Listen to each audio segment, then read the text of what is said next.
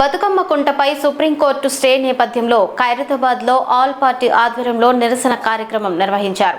ఈ కార్యక్రమంలో మాజీ రాజ్యసభ సభ్యుడు వి హనుమంతరావుతో పాటు కాంగ్రెస్ నాయకులు పాల్గొన్నారు. ఈ సందర్భంగా మాట్లాడిన ఆయన, చిన్నప్పటి నుంచే మహిళలు బతుకమ్మలను నిమజ్జనం చేసే ఈ స్థలం ప్రజలకే చెందిందని అన్నారు. ప్రజా ప్రయోజనాల కోసం ఉపయోగించే ఈ కుంటపై కేసులు వేయడం సరికాదని పేర్కొన్నారు.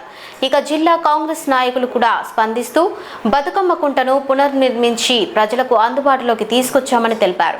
గౌరవనీయులు పెద్దలు మాజీ రాజ్యసభ సభ్యులు హనుమంతరావు గారు, వేదికను అలంకరించినటువంటి ఆనంద్ గౌడ్ గారు, మోతా రోహిత్ గారు, సిపిఎం నాయకులు పెద్దలు మహేందర్ గారు, రమేష్ యాదవ్ గారు, ముందున్నటువంటి ఎక్స్ కార్పొరేటర్లు పులి జగన్ గారు, రమేష్ గారు, అదేవిధంగా మా అమృత గారు, కన్న గారు, దిగిరాంబాబు గారు, అదేవిధంగా వేదికని అలంకరించినటువంటి లక్ష్మణ గారు, యాదగిరి గారు, పెద్దలందరికీ కూడా సవినయంగా నమస్కరిస్తూ, ఈరోజు జరుగుతున్నటువంటి పోరాటం ఏదైతే ఉందో బతుకమ్మ కుంట పైన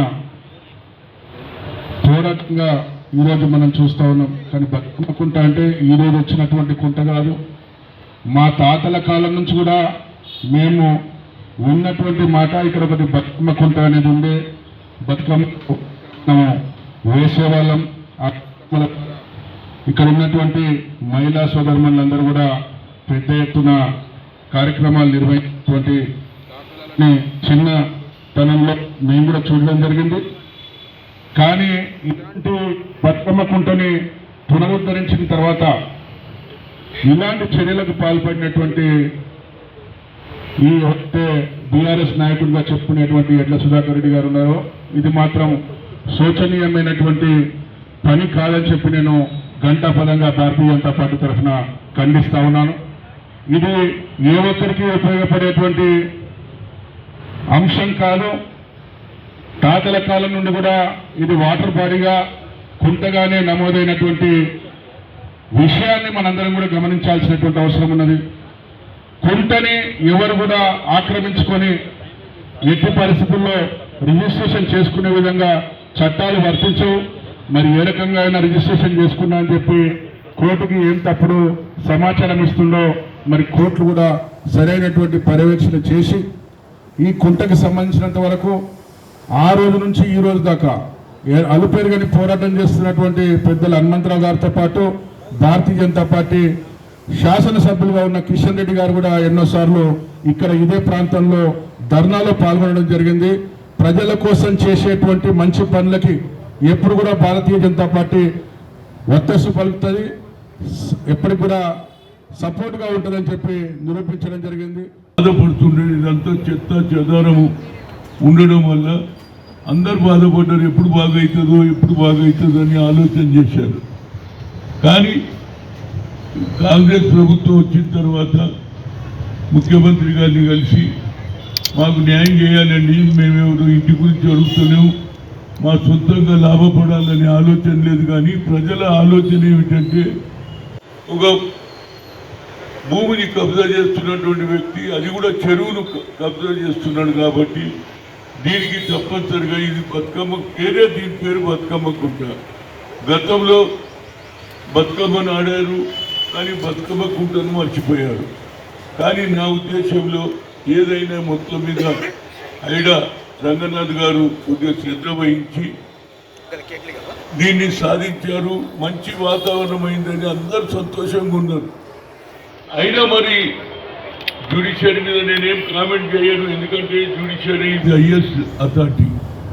కానీ ఇంత మంచి వాతావరణంలో కూడా ఇవాళ కోర్టుకు వెళ్ళేదో ఆర్డర్ తెచ్చుకొని దీన్ని తీసేయాలి, ఆయన సొంత ప్రాపర్టీ అని చెప్తున్నారు. ఆయన సొంత ప్రాపర్టీ కానే కాదు, నా దగ్గర అన్ని కాగితాలు ఉన్నాయి. 5 లక్షలు 5 లక్షల అగ్రిమెంట్ చేసుకున్నాడు.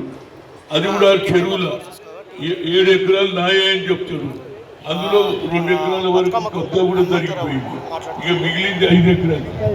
5 ఎకరాలలో రంగనాథ్ గారు ఒక 4 నెలల లోపల మంచి వాతావరణం క్రియేట్ చేశాడు. దానివల్ల అందరూ కూడా సంతోషంగా ఉన్నారు.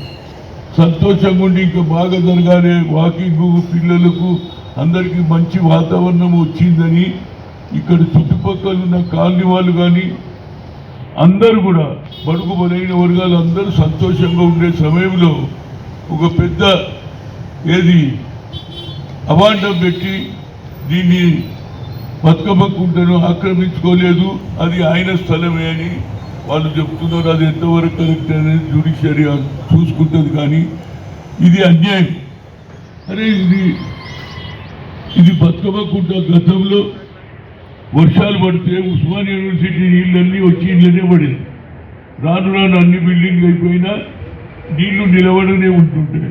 దానికి ఇది డ్రైనేజ్ వాటరు, ఇది చెరువు లేదు అని అన్ని మేము ప్రొసీజర్ చేసినాను. ప్రొసీజర్ ప్రకారంగా కోర్టులో ఉన్నది కాబట్టి నేను ఎక్కువగా మాట్లాడకుండా వారికి కూడా జ్యుడిషియరీ కూడా నేను రిక్వెస్ట్ చేస్తున్నా, మీరు రండి, జ్యుడిషియరీగా ఒక మనిషిని అపాయింట్మెంట్ చేయండి, ఈ ప్రాంతంకి వచ్చి చూడండి, మాది తప్ప ఆయన తప్ప, కోర్టులో వాదించడం మీ న్యాయం, కానీ గ్రౌండ్ రియాలిటీ కూడా తెలుసుకోవాలి. గ్రౌండ్లో ఏమవుతుంది, వీళ్ళు ఇచ్చింది నిజమా కాదా, అది ఆయన కానే కాదు. వాళ్ళ నాయన ఆయన నారాయణ రెడ్డి, ఆయన ఇంటి పేరే బండి నారాయణ రెడ్డి అండి.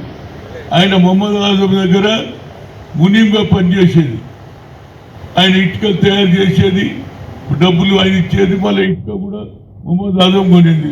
ఆ పోత ఆయన ఎందుకు రాసిచ్చిండో నాకు తెలియదు, కానీ ఆ 5 లక్షల వార్డ్ పేపర్ మీద ఆయన కొట్లాడుతున్నాడు. దానికి అన్ని కూడా ఇక్కడ ఉన్న కొందరికి కొత్త డూప్లికేట్ లేఅవుట్ చేసి అది కూడా అమ్ముకున్నాడు, డబ్బులు ఇచ్చిండు, వాళ్ళ మీద ఫోర్స్ తోటి ఆయన చేస్తున్నాడు.